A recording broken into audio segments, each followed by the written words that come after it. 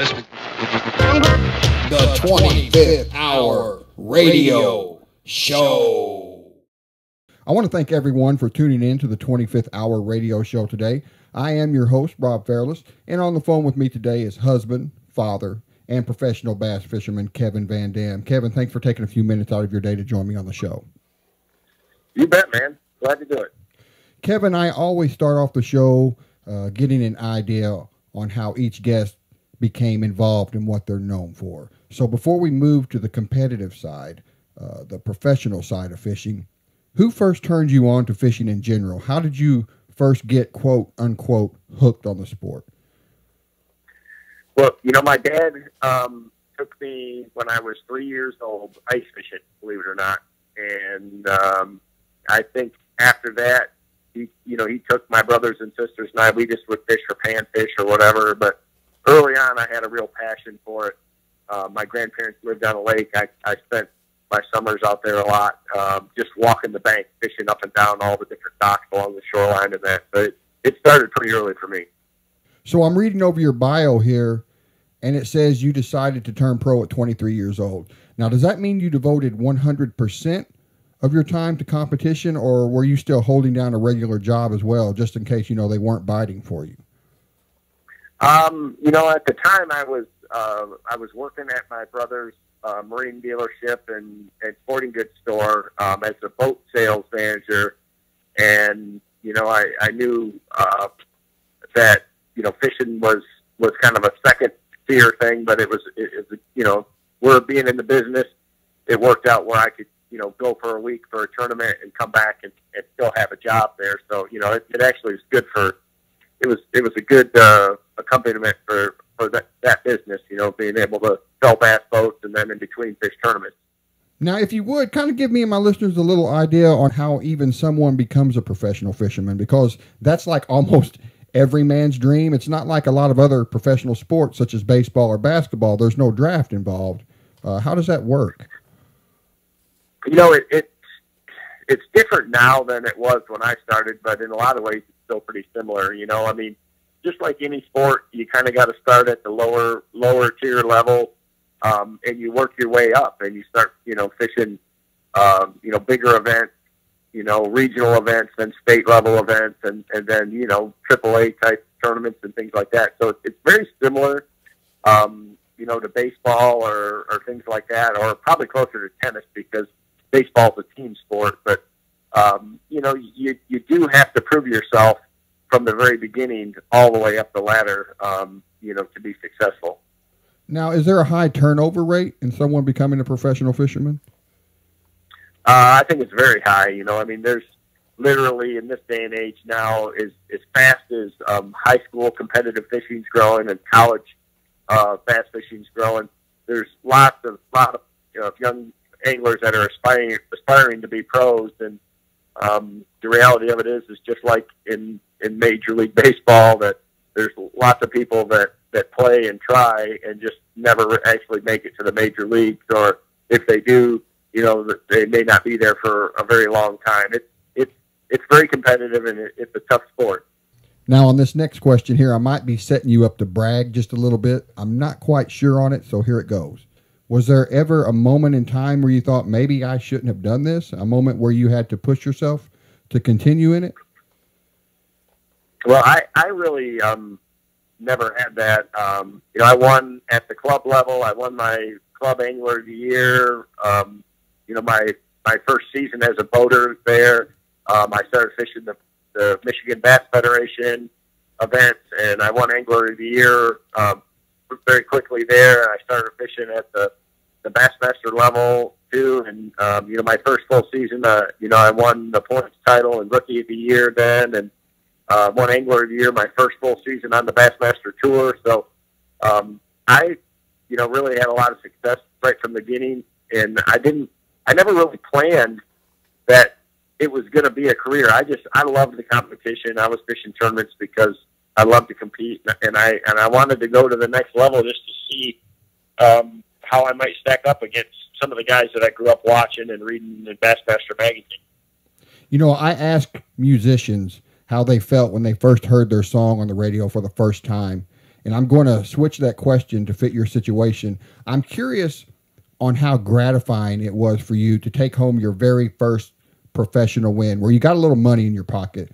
Were there a lot of phone calls made that day to family, friends, maybe just to brag a little bit to hometown fishing buddies? No, not really at all. Like I say, the first time that I won, it came pretty quick, and it really, it was kind of caught me off guard, and I was a little bit surprised by it. Well, kind of what I meant by that was, there can be a lot of friendly trash talk in recreational fishing. Who's the best, who caught the biggest fish, etc., amongst friends. And I'm curious, does that kind of thing carry over into the professional level of sport fishing? Is there trash talking out there, friendly or possibly unfriendly? Yeah, very much so friendly. We have some, you spend a lot of time on the road with the same group of guys, and so you end up with a lot of friendships, and it's very unique in our sport compared to others like that. I mean, you're not going to see, the Packers and the Bears going to dinner after a game. That just doesn't happen. And in our sport, it does. Like I say, you watch everybody's family grow up. They're, together and that. And, everybody wants to win, but in reality, there's 107 guys in every elite event, and there can only be one winner. So you got to be glad when you see your friends win and things like that. And we do a little bit, just in really fun. I've guys like Kelly Jordan or Jeff Creek, that we kid around a lot with. But in the end, like when you do win, those are the first guys that send you a text and say, "Hey, congratulations, too." Where are you guys at right now as far as the season goes? Are you on the road right now? We are actually in between events. I just finished up last week the Niagara River Bracket event. The week after ICAST, which is the big, our industry trade show, and then our next event is the following week on the Potomac River for a Elite Series event there. So we're kind of in between as we speak right now. Now, how often are you on the road throughout the year when the tourney season starts? Well, between the tournaments and promotions, it's a lot. It starts out early in the year with sport shows in January, promotions and things like that, and there's really no true off season, between film and TV shows and commercials and things like that, and then the tournament season, which basically runs now from the 1st of March all the way into October. And then you add some specialty events and things in there, like the Toyota Texas Bass Classic and some of the Major League Fishing events. And it spreads it out. So there's really no downtime. You may get a little break here or there. Christmas is the one time when, we have a few weeks where I don't have to travel. Now, are you a big social media fan? I mean, I'm assuming you have your own website, but do you have your own online presence people can follow to keep up with you? Yeah.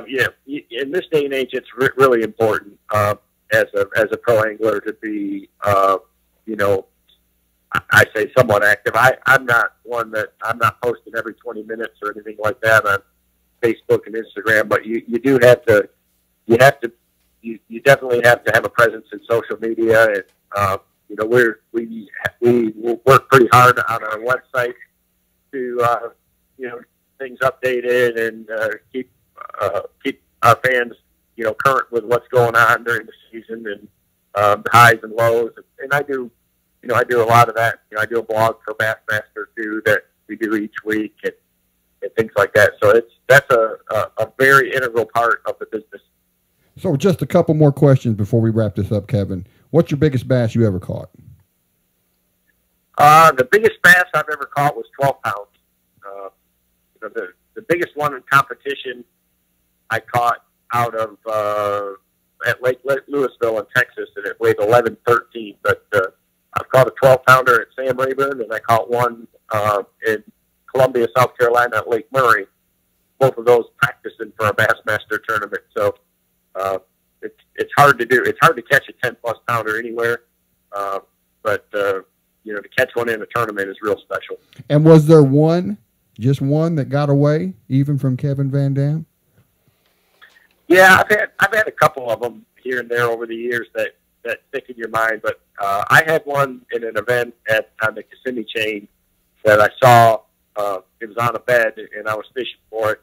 And I actually hooked it 3 different times and never got it all the way into the boat. I don't know exactly what it weighed, but it was the longest bass, one of the biggest bass I've ever seen in the water. And to watch it all happen like that was pretty stressful. And in the end, disappointing. It's still very vivid in my mind. Every fisherman has one of those stories, right? Yes, sir. Well, Kevin, once again, thank you so much for joining me today on the show. Good luck with the rest of the season. I appreciate it, man. Thank you.